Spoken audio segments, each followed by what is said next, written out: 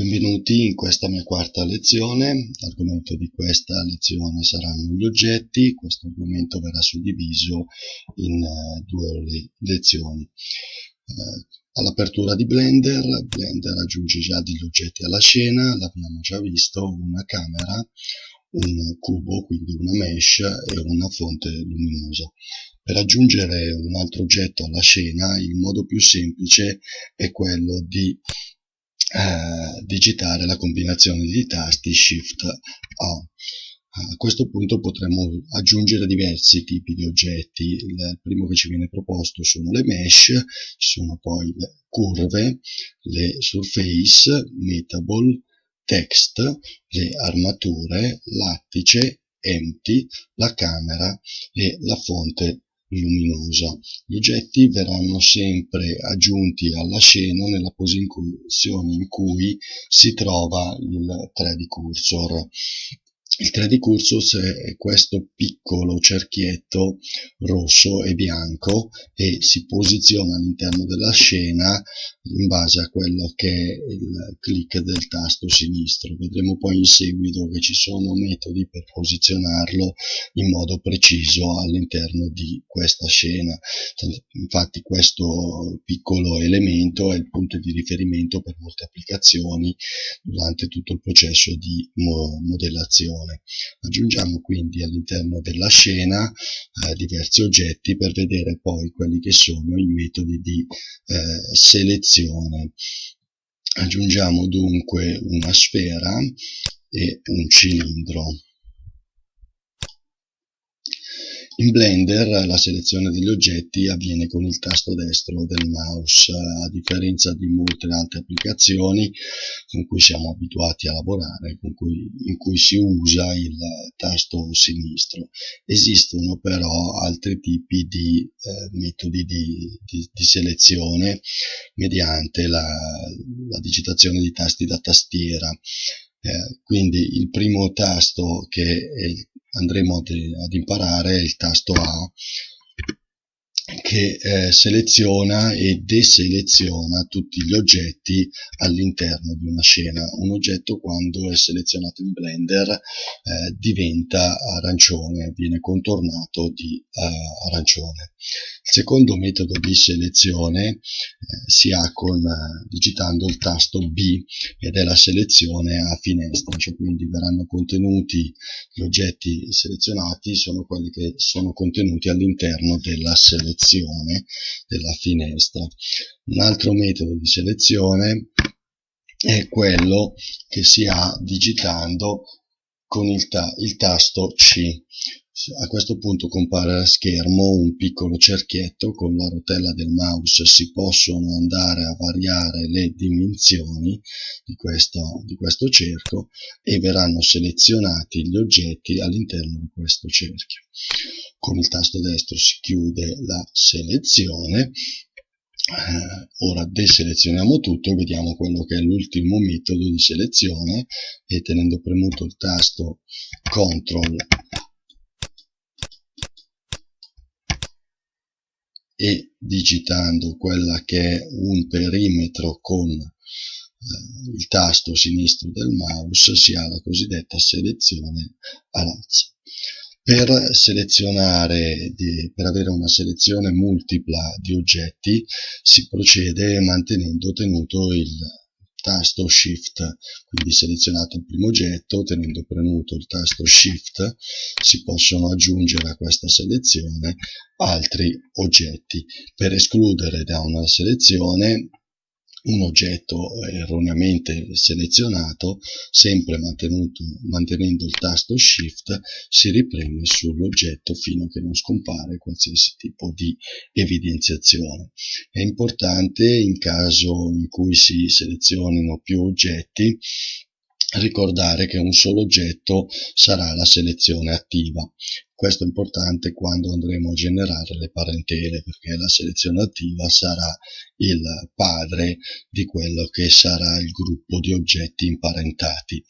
Per eliminare un oggetto dalla scena, dopo averlo selezionato, basterà premere il tasto X e quindi selezionare dal menu a tendina che viene proposto l'opzione delete.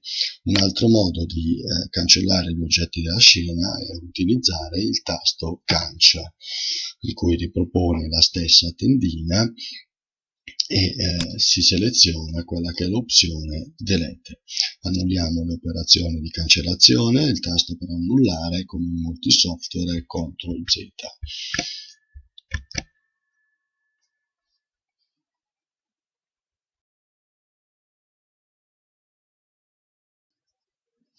Quando un oggetto viene selezionato si evidenzia in colore arancione e compare il relativo manipolatore. I manipolatori appaiono in corrispondenza dell'origine dell'oggetto o del gruppo di oggetti selezionati.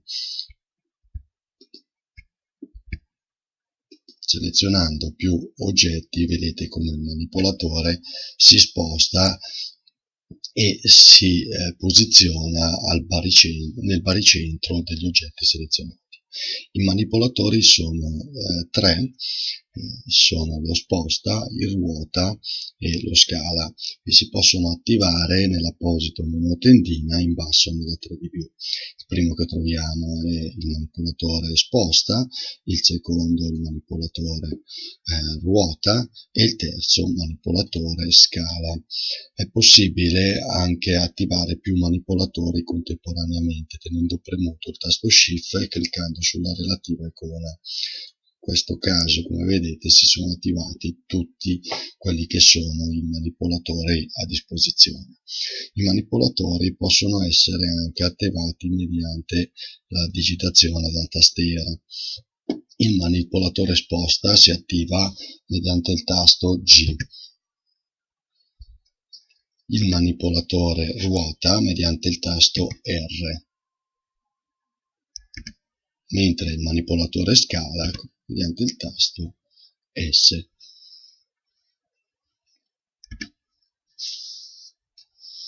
Per avere un maggiore controllo delle trasformazioni è possibile vincolare la trasformazione ad un asse specifico, premendo successivamente al comando di trasformazione che si vuole dare all'oggetto il tasto XYZ corrispondente all'asse con cui si vuole vincolare la trasformazione. Ad esempio, per vincolare la trasformazione all'asse delle Y di spostamento digitiamo il tasto G seguito dalla lettera Y. Il cubo, come vedete, si muove solo lungo l'asse delle Y, oppure lungo l'asse delle X. Se sbagliamo e dovessimo sbagliare, basterà digitare l'asse anche in seguito a quella che è la lettera già digitata.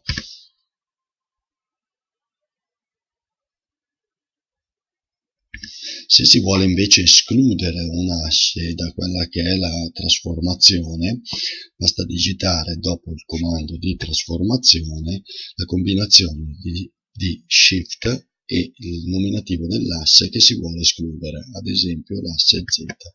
Come vedete, in questo momento il cubo si muove solo sul piano cartesiano XY. È possibile anche vincolare la trasformazione mediante la rotella del mouse. Dopo aver digitato quello che è il comando di trasformazione, ad esempio lo sposta, tenendo premuto la rotella del mouse centrale, il spostamento verrà vincolato all'asse secondo quella che è la selezione. Se noi ci mettiamo vicino all'asse delle X, si attiva questo piano cartesiano, il cubo si muoverà solamente lungo questi assi. A seguito del comando di trasformazione è comunque possibile sempre specificare un parametro numerico della trasformazione. Per muovere dunque il cubo, ad esempio lungo l'asse delle X di 2 unità, digiteremo il comando il comando G, X2. Per muovere il cubo nel senso opposto basterà digitare il simbolo meno prima o dopo il valore numerico, quindi G x 2 meno, oppure g x meno 2. Il comando scala invece utilizza un metodo differente. Per ingrandire un oggetto, ad esempio raddoppiarlo, basterà digitare il comando scala e il valore numerico per poterlo raddoppiare, cioè quindi 2. Per dimezzarlo invece non sarà necessario, anzi non si deve digitare un valore negativo, bensì un valore numerico inferiore a 1 o preceduto dal punto.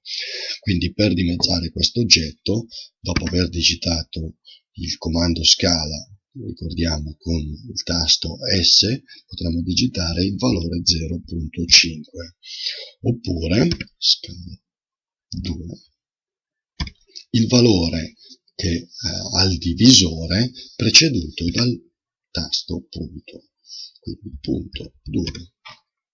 Tutte le trasformazioni sono visibili all'interno della sidebar delle properties, attivabile con il tasto N. Come vediamo c'è il primo pannello che riporta le trasformazioni che ha subito il cubo, quindi la posizione, la rotazione, la scalatura che è stata data all'oggetto e le dimensioni che l'oggetto ha assunto dopo tutte quelle che sono le trasformazioni. Per annullare le trasformazioni fatte su un oggetto, resettandone dunque quelle che sono state le modifiche, si dovrà premere Alt G per annullare quelli che sono stati gli spostamenti, Alt R per annullare le rotazioni e Alt S per annullare le scale.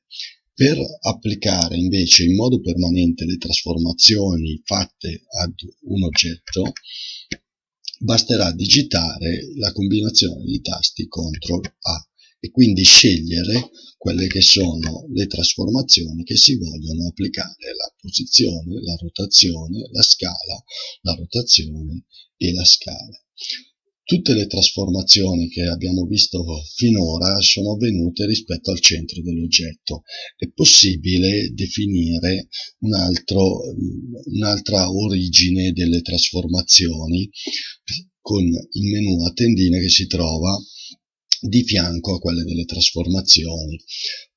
Ci sono diverse opzioni rispetto a quello che è l'elemento attivo, il punto mediano, l'origine individuale, il 3D cursor. Ad esempio, il 3D cursor, come vedete, si trova in questa posizione. Nel momento in cui andiamo ad applicare all'oggetto una rotazione, questa avverrà rispetto al 3D cursor e non rispetto a quello che è il centro degli oggetti che sono stati selezionati.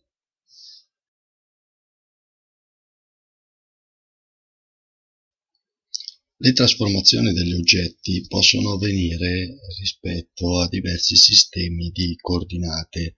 Questi diversi sistemi possono essere selezionati nell'apposito menu a tendina di fianco a quello che è l'elenco dei tasti delle trasformazioni. Il primo che ci viene proposto è il sistema global, cioè quindi il sistema globale delle coordinate definite da Blender.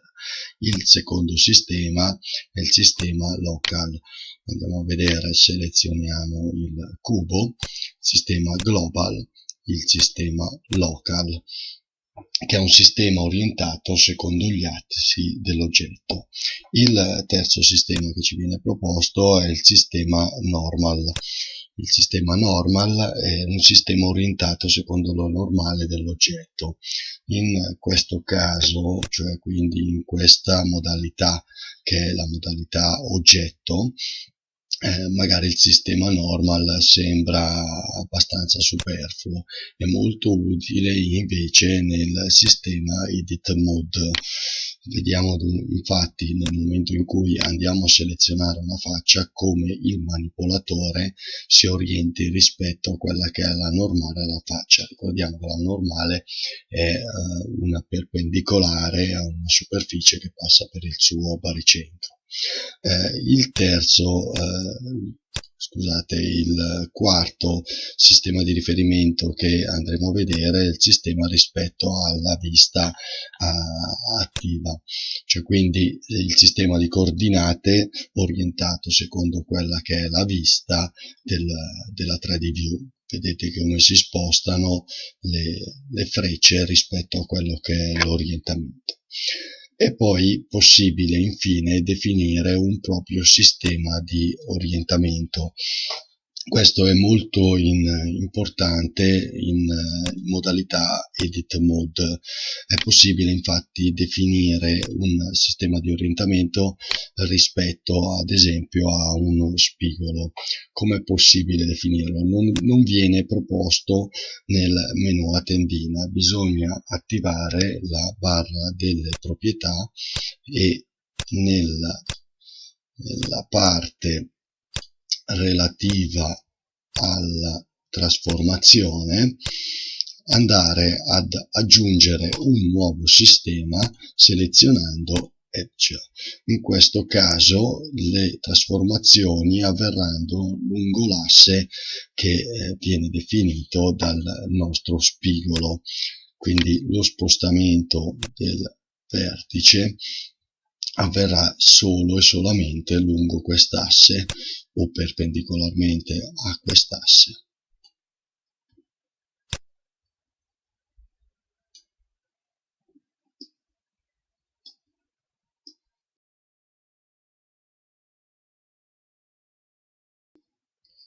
Vediamo ora quella che è la duplicazione degli oggetti. Io ho preparato una piccola scena con diverse mesh, diversi colori, una textura per capire un po' quali che sono i concetti fondamentali della duplicazione degli oggetti. La duplicazione degli oggetti avviene con la combinazione di comandi Shift-D, quindi si seleziona l'oggetto, si preme Shift-D e si duplica l'oggetto. Alcune delle proprietà dell'oggetto, vedete che questa è una copia perfetta, rimangono collegate all'originale, come i materiali e le texture. Capita spesso di dover nella copia eliminare quelli che sono i materiali per poi andare a modificare, quindi nella scheda materiali basterà digitare di fianco su questa X, vedete che mi dice che ci sono due oggetti che contengono questo materiale. Nel momento in cui io vado a digitare ed eliminare il materiale, potrò poi di seguito aggiungerne uno nuovo ed assegnarlo a questo oggetto. Se invece si volesse mantenere proprio il collegamento diretto, quindi non solo quello dei materiali e delle texture, ma anche quello della geometria della mesh o di una curva, il tasto da utilizzare è Alt, la combinazione di tasti è Alt D. In questo caso, entrando poi in Edit Mode, selezionando quella che è la faccia superiore, vedete come entrambe le copie degli oggetti vengono modificate. Il materiale, nel momento in cui si preme Alt D, rimarrà collegato tra i due oggetti, quindi andando a cancellare quello che è il materiale si cancelleranno i materiali da tutte le copie dell'oggetto, compreso l'oggetto originale. Per ora è tutto, vi rimando alla prossima lezione che riguarderà ancora gli oggetti.